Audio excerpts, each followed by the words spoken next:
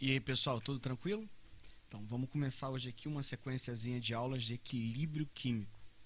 Então, para a gente entender o equilíbrio químico, a gente precisa entender que uma transformação, ela pode ser, grande parte delas são reversíveis.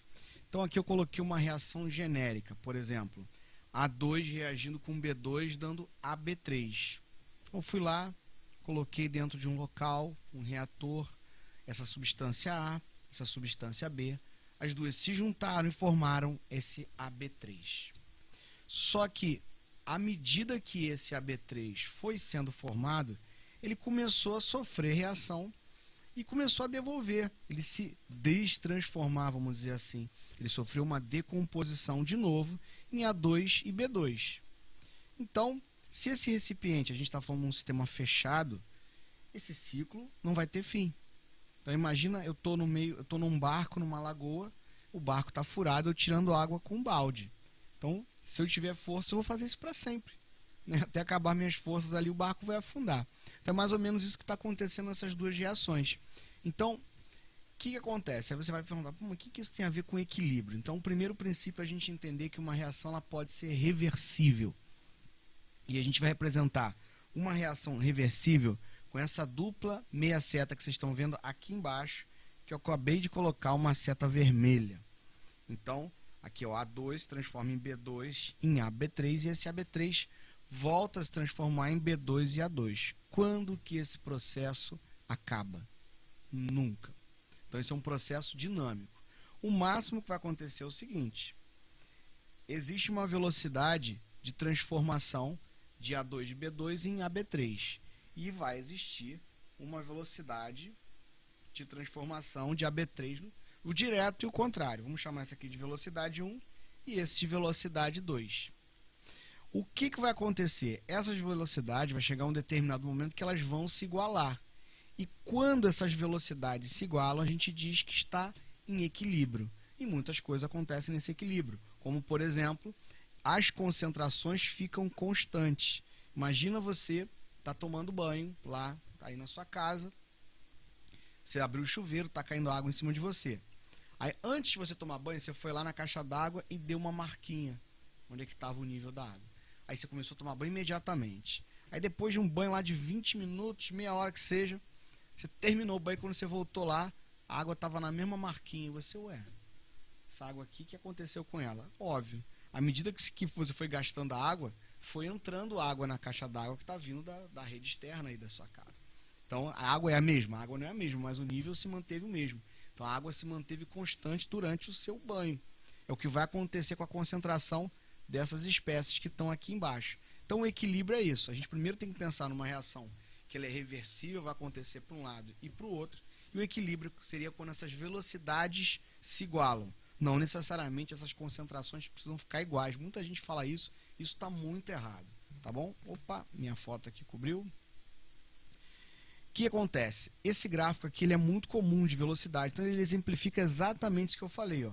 A velocidade do sistema direto ela começa já a todo vapor e vai caindo. À medida que aquele produto que acabou de ser formado, ele começa a devolver. Aí chega numa hora que essas velocidades se igualam. Então, esse ponto aqui que eu acabei de dar um X é justamente onde as velocidades se igualam. Ali é atingido o equilíbrio dinâmico de uma reação. Então, muitas coisas no futuro a gente vai estudar vão acabar afetando esse equilíbrio, mas uma vez esse equilíbrio atingido, se ninguém perturbar esse equilíbrio, ele vai ficar daquele jeito para sempre. Essa aqui é a ideia. Bom, eu trouxe aqui agora um conjunto de 3 gráficos e eu geralmente quando eu estou em sala de aula eu pergunto, né, qual dos 3 atingiu o equilíbrio, que não dá para a gente ter uma resposta, mas pensa um pouquinho, né? Esses 3 gráficos que eu trouxe aí, vamos falar que essa linha vermelha aqui, ela é a linha dos reagentes, né, que a concentração está lá em cima. Então a gente começa tendo muito reagente. E a linha azul seria a linha dos produtos, porque não existe nenhum produto no início. Ele vai se formando, então ela está lá embaixo e vai crescendo. Aí a gente tem aqui o gráfico 1, o gráfico 2 e o gráfico 3. Qual desses 3 gráficos aqui a gente considera que está em equilíbrio? Olha para os 3 aqui, ó. Esse aqui o reagente continua em cima, o produto embaixo. aqui o reagente ficou menor do que o produto, aqui eles se igualam. Algumas pessoas, o que entrou em equilíbrio foi o terceiro. Veja bem, esses 3 gráficos que eu coloquei aqui são diferentes desse. Esse aqui é um gráfico de velocidade, por tempo. Aqui, ó, não estou enxergando aqui, por tempo.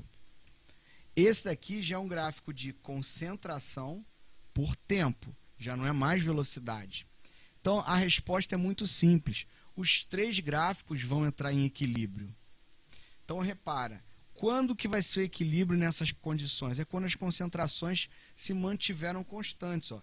Começou lá em cima a concentração, ela foi caindo, chegou no momento que ela ficou constante. Então, aqui é o momento do equilíbrio do primeiro gráfico.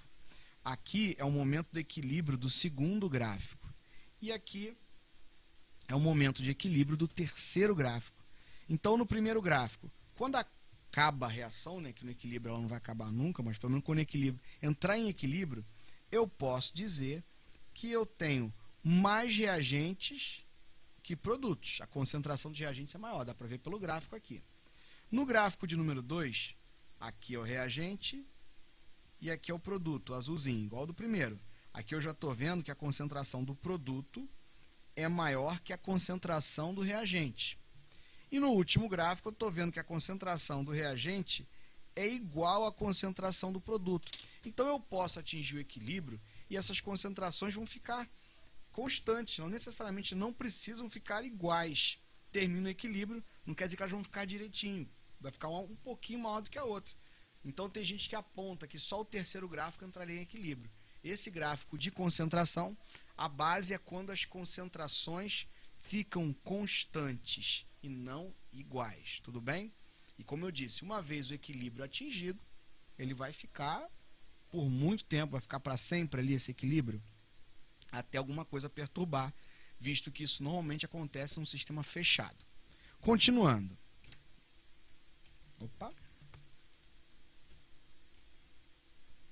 Andei aqui o slide.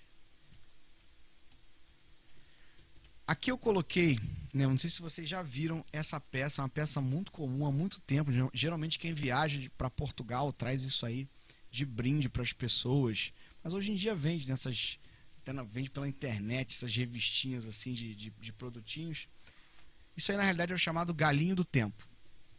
Então esse é um bibelô que fica numa estante e ele tem uma coloração e essa coloração muda de acordo com o clima.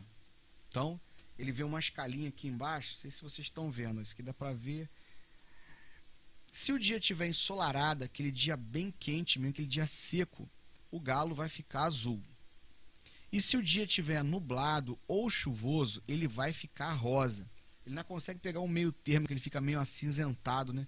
Que seria o meio do caminho aí. Mas basicamente vai acontecer do galo ficar azul ou o galo ficar rosa. E esse tipo de enfeite, antigamente quando eu era criança, tinha na casa da minha avó, eu lembro, eu achava que tinha uma pilha ali dentro, alguma coisa do tipo.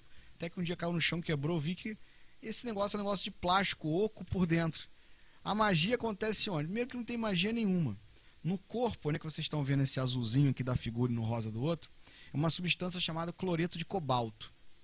Cloreto de cobalto, ele é um sal. E esse é um sal que ele normalmente agrega a umidade do ambiente. Então aí tem uma certa quantidade de cloreto de cobalto. Quando ele agrega essa água do ambiente, ele fica, se a gente pegar um pó de reagente, ele fica aquele rosa quase magenta, aquele negócio bem forte, quase um roxo. Quando você olha dentro de um pote de cloreto de cobalto, ele fica bem escuro mesmo. Ali você tem, óbvio, com um produtinho, uma resininha para ele ficar preso, nesse tipo esse feltro do galo. Então, quando ele está com uma umidade, ele fica com essa coloração rosa. Só que quando está quente, né, o dia começa a ficar um pouquinho mais seco, dependendo da região, é claro, né? Mas num dia mais seco, esse cloreto de cobalto ele acaba perdendo água para o meio, perde água para a atmosfera mesmo. E quando ele perde essa água, ele vai ficar azul. Então, por isso, desse bibelô, ele fica mudando constantemente de cor. Um dia ele está azul, um dia ele está rosa, um dia ele está azul, está rosa. Vai depender do clima, dependendo do lugar que você more, né, do estado que você foi visitar, ou que você está nesse momento.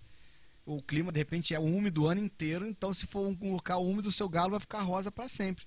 Da mesma forma, se você está num lugar muito seco, seu galo vai ficar azul para sempre. Então, você tem uma variação de um clima de um local, você vai ter essa coloração aí mudando. Então é muito interessante. Na realidade, só é o cloreto de cobalto. Muitas coisas hoje em dia, aquele anel do humor que as pessoas usam, eu tô nervoso, ele fica determinada cor. Muitos deles são baseados em sais de cobalto ou outros tipos de sais que são sensíveis à umidade. Então aqui dá para ver muito bem, ó. Isso aqui é uma reação de equilíbrio. Um equilíbrio que fica se deslocando de um lado para o outro. Então, ele está aqui, ó. Quando ele está sem a água presa na estrutura, ele fica azul. Olha a reaçãozinha aqui. Tá com a água presa, ele já vai ficar rosa. E é uma reação que é reversível, ela fica mudando o tempo inteiro. Como ele é um sistema aberto, essa água está na atmosfera o tempo inteiro, ele não vai ficar com o equilíbrio ali definido. Aí daqui a pouquinho a gente vai estudar essas variações dos fatores que afetam o equilíbrio de uma reação.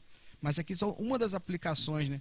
Vocês já devem ter, de repente, quem já teve aqueles brinquedos quando era criança, Polly, que mudar, botar na água gelada, ela muda de cor, ou aqueles Hot Wheels que mudam de cor quando você põe na geladeira, ou então água quente, eles mudam de cor, é baseado nesse princípio, que ali fica indo e voltando. Então, uma reação reversível.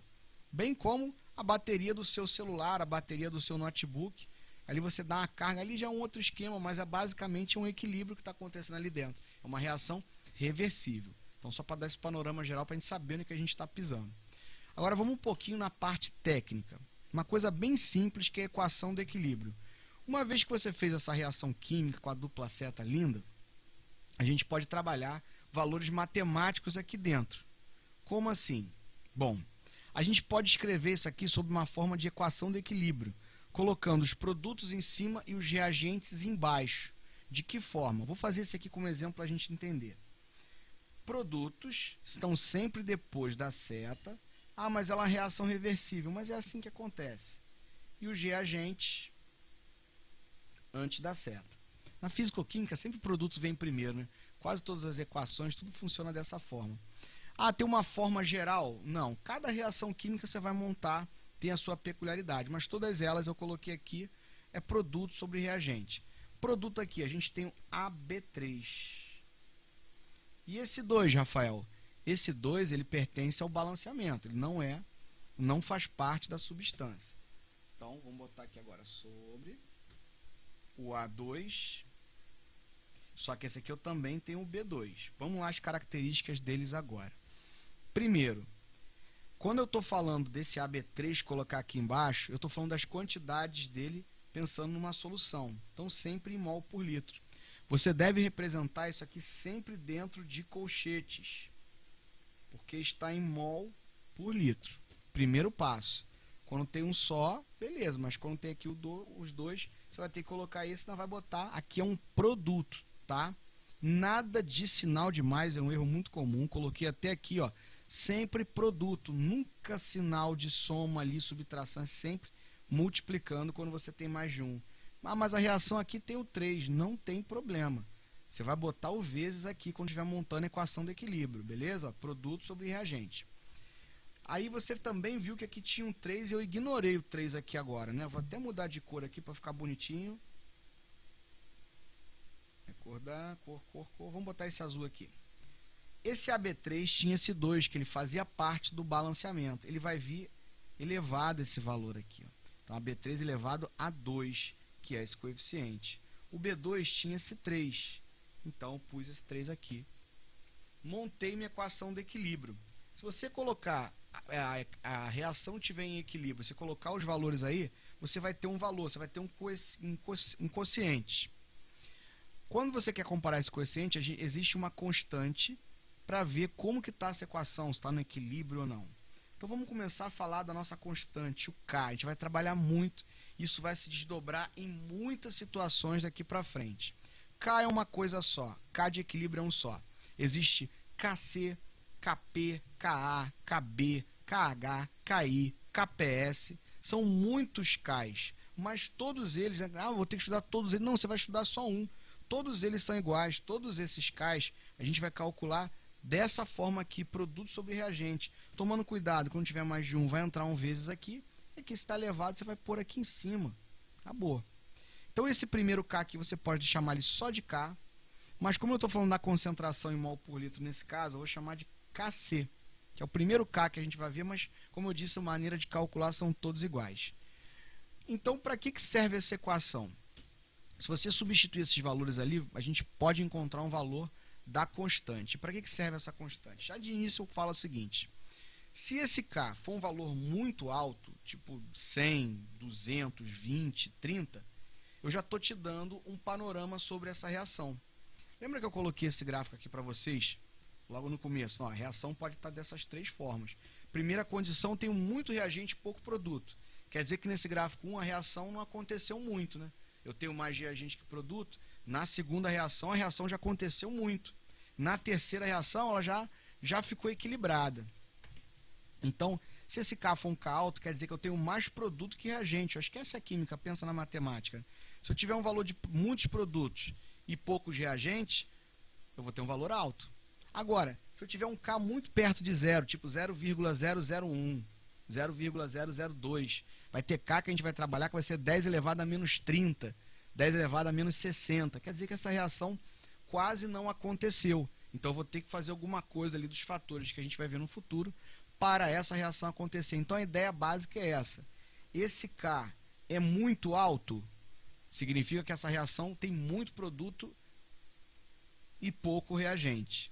Esse K é muito perto de zero, né, muito baixo, negativo, não vai ter K, ele é sempre um valor positivo, tá? Então quer dizer que eu tenho pouco produto e muito reagente. Algumas pessoas falam, e quando K é igual a 1, quer dizer que está tudo igual?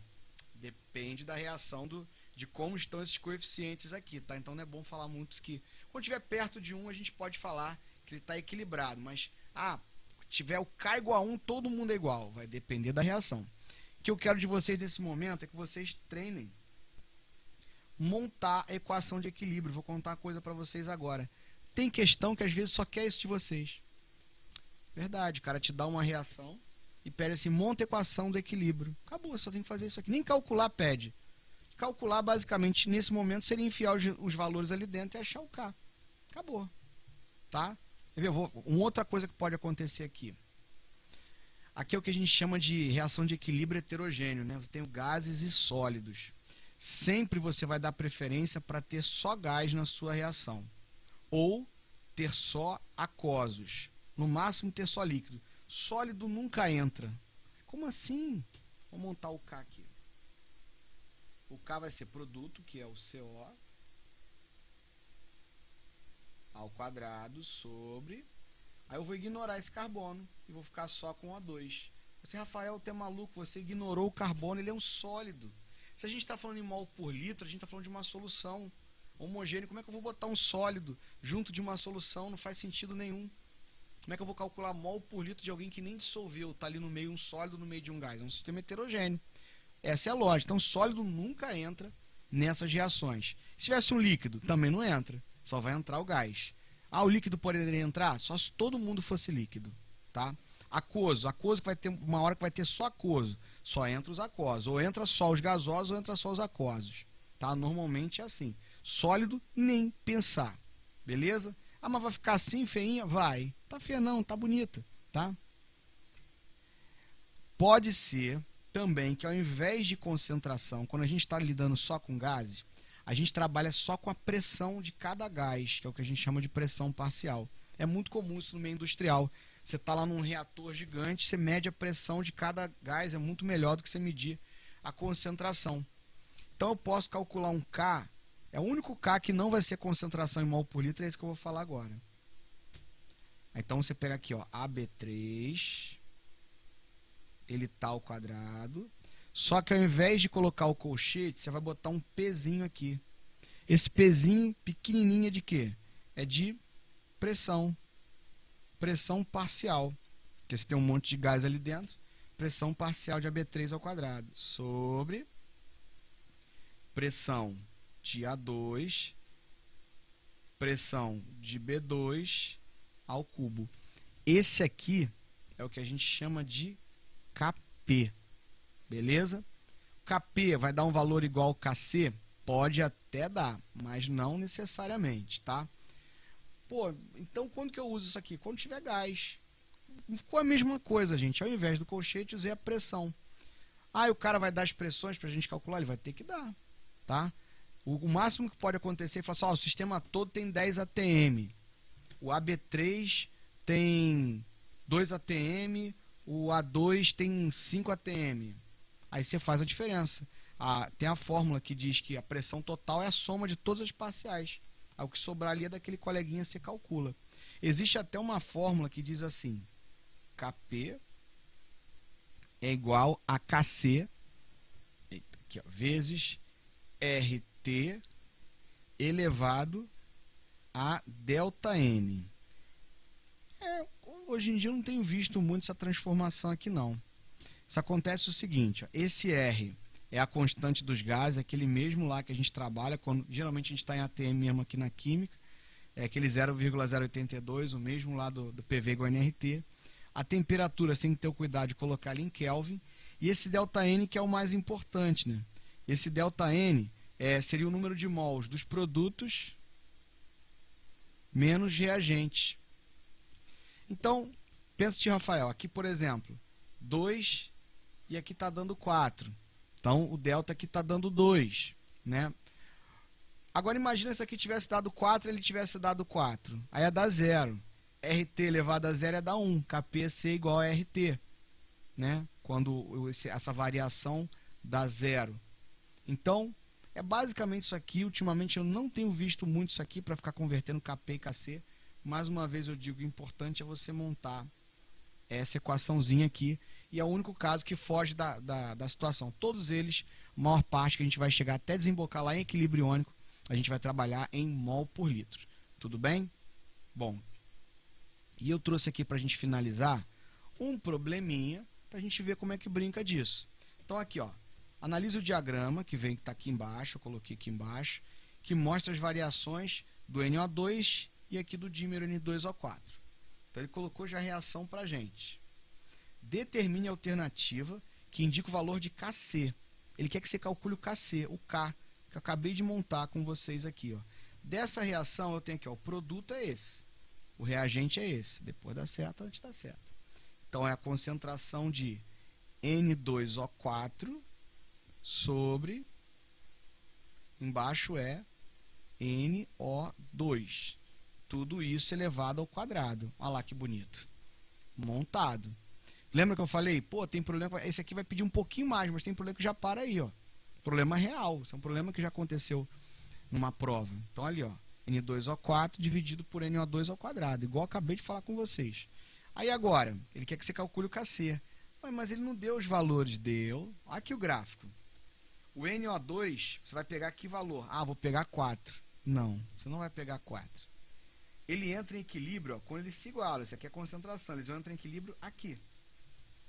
E no momento que eles entram em equilíbrio, o NO2 vale 2 mol por litro e o N2O4, 1 mol por litro. Tá vendo? Aqui, ó, tá batendo 1 no gráfico e aqui ele tá batendo 2. Por isso eu peguei esses dois valores. Vamos substituir. N2O4 vale 1. Eita. Vou botar aqui 1. O NO2 vale 2, só que está ao quadrado. Então aqui 1, 2 ao quadrado, 4, 1 sobre 4, que é a mesma coisa que 0,25. Kc, qualquer K que vai aparecer, ou Kp é sempre adimensional. Tá? Ele não tem unidade, então é 0,25. Aqui a letra A, que bonito. Só marcar e ser feliz. Então, pessoal, essa é a primeira parte de equilíbrio químico. A gente ainda vai ver mais coisas ainda, tá? Na próxima aula, então, a gente continua. Até a próxima. Tchau. Grande abraço, gente.